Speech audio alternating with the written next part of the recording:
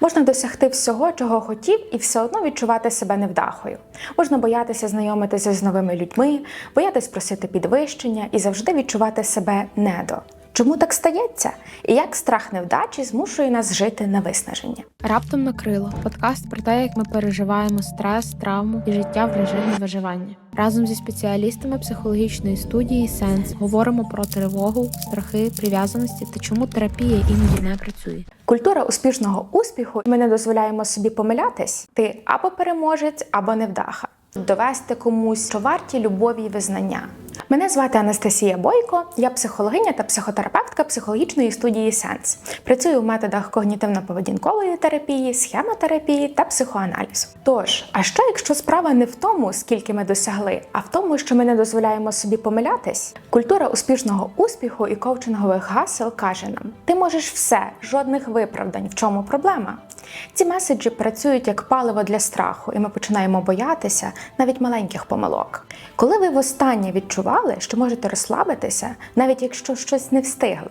Полярний світ переможців і лузерів. У суспільній свідомості немає сірих зон. Ти або переможець, або невдаха. Таке чорно-біле мислення не дає можливості розвиватися поступово, здобувати нові навички і вдосконалюватися крок за кроком. У тебе або все, або нічого, через що ціна помилки – це повний провал. Відпочинок, регрес – ще одне поширене поняття, яке не дає можливості зупинитися і перепочити, відновитися, аби могти продовжувати рух уперед. Складається відчуття, що як тільки ти зупинишся, то одразу опинишся на 10 кроків позаду. Але чи їде автомобіль без палива? Це питання. Усі ці фактори, а саме прагнення досягти ідеального результату, бути на 100% продуктивними, приймати лише успішні дієві рішення і аби все вдавалося з першого разу, створюють для нас нереалістичні стандарти, яким неможливо відповідати, а будь-який промах відчувається як особиста катастрофа. Реакція психіки на крах. У дитинстві ми всі переживаємо різні події.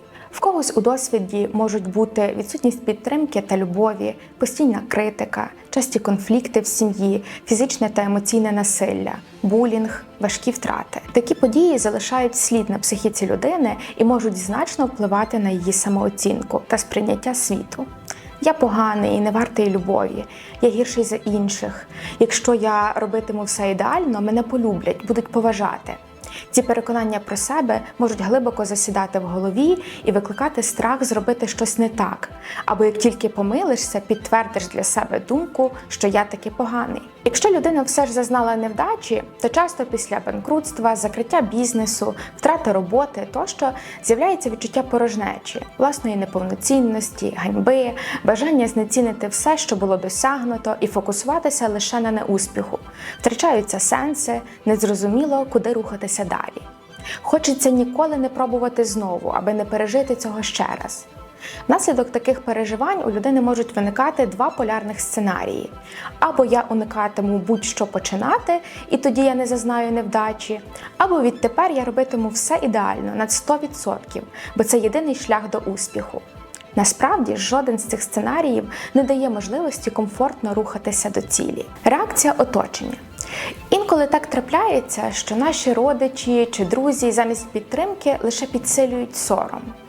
Після невдачі від близьких можна почути: мали гроші і їх профукали. А ми ж казали, що не треба було так робити. Старатись треба було більше, а от у інших вийшло. Тоді людина опиняється сам на сам зі своїми проблемами і страхами, а оточення стає не союзниками, а тими, перед ким важливо не зганьбитися і не помилятись. Тож негативні переконання про себе, болючий досвід провалів, неякісна підтримка з боку близьких лише фіксують страх невдачі і часто призводять до ідеї «я невдаха, тому наступного разу працюватиму втричі більше, щоб це не повторилося». Насправді ж така стратегія частіше веде до вигорання, ніж до успіху. Успіх на роботі не дорівнює успіху в житті. Часто у роботі психологи стикаються з тим, що у клієнтів порушений баланс роботи – життя. Люди бувають помилково переконані в тому, що якщо я стану успішним в роботі, то всі інші сфери життя теж налагодяться. Але насправді це не так. Якщо фокусуватись лише на кар'єрі, інші сфери нашого життя бідніють. Немає часу на хобі, втрачаються контакти з друзями і близькими, новини проходять повз, ніколи будувати романтичні стосунки. Якщо йти за цим сценарієм, то в один момент можна усвідомити, що крім роботи у тебе нічого немає. Це часто може призводити до пригнічення, а також посилює страх втратити всі кар'єрні здобутки, адже це означатиме крах всього. Інший приклад – це коли людина намагається бути найкращою в усіх сферах. Я буду працівником номер 1 цього місяця, але крім цього я ще й найкращим батьком буду, і чоловіком, завжди усміхненим сусідом, найсильнішим хлопцем у спортзалі, найактивнішим громадянином і так далі. Таке намагання усюди бути усім догодити, в усіх лишити про себе приємне враження, бути для всіх хорошим часто веде до сильного виснаження і великого розчарування, адже це неможливо. Маючи такі високі вимоги до себе, як тільки ми десь зазнаємо невдачі, з'являється відчуття, що я невдаха. У своїй практиці я часто зустрічаю випадки, де клієнт у розпачі говорить: «Я ж зробив все і навіть більше, не дозволяв собі розслабитися і відпочити, працював понаднормово, я так старався, щоб усім все підійшло. Що я зробив не так? Де я недостатньо виклався? Чому я такий невдаха?» Відповідь криється в тому, що це не ви щось не доробили, а взяли на себе забагато. Бо скільки людей, стільки й думок. Якщо поставити собі за ціль, аби всі були задоволені, невдача гарантована. У таких випадках ми в сенсі працюємо з тим, щоб сформувати більш здорову самооцінку, навчитися усвідомлювати межі своєї компетенції і відповідальності, приймати своє право на помилки, а також балансувати між власними потребами і потребами інших. Хочу наголосити, що цей приклад є збірним образом і деталі змінені, зважаючи на конфіденційність. Здається, працюй ще більше і нарешті відчуєш себе вартим. Це ілюзія. Чим більше працюєш, тим глибший страх, бо жоден результат не дає внутрішнього відчуття успіху. Страх невдачі тримає нас в постійному поспіху. Ми біжимо, щоб довести комусь, собі, батькам, світу, що варті любові і визнання. Але ціна цієї гонки – життя, яке ми пропускаємо. Що ж тоді робити?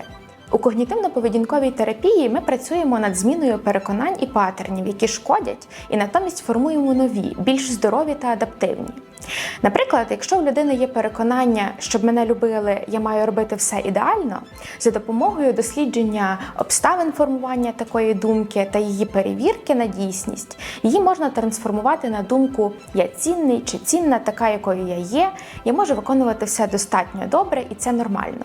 У психоаналітичному методі можна більш глибинно дослідити ранні досвіди переживання дитини, коли помилки чи слабкість означали відторгнення, осуд або втрату підтримки, виявити несвідомі конфлікти, часто між бажанням успіху і страхом покарання чи відкинення, та інтегрувати ці суперечності. EMDR-терапія допомагає зменшити емоційне навантаження від щоденних тригерів і повернути здатність діяти, нарешті відчути, що з тобою все в порядку.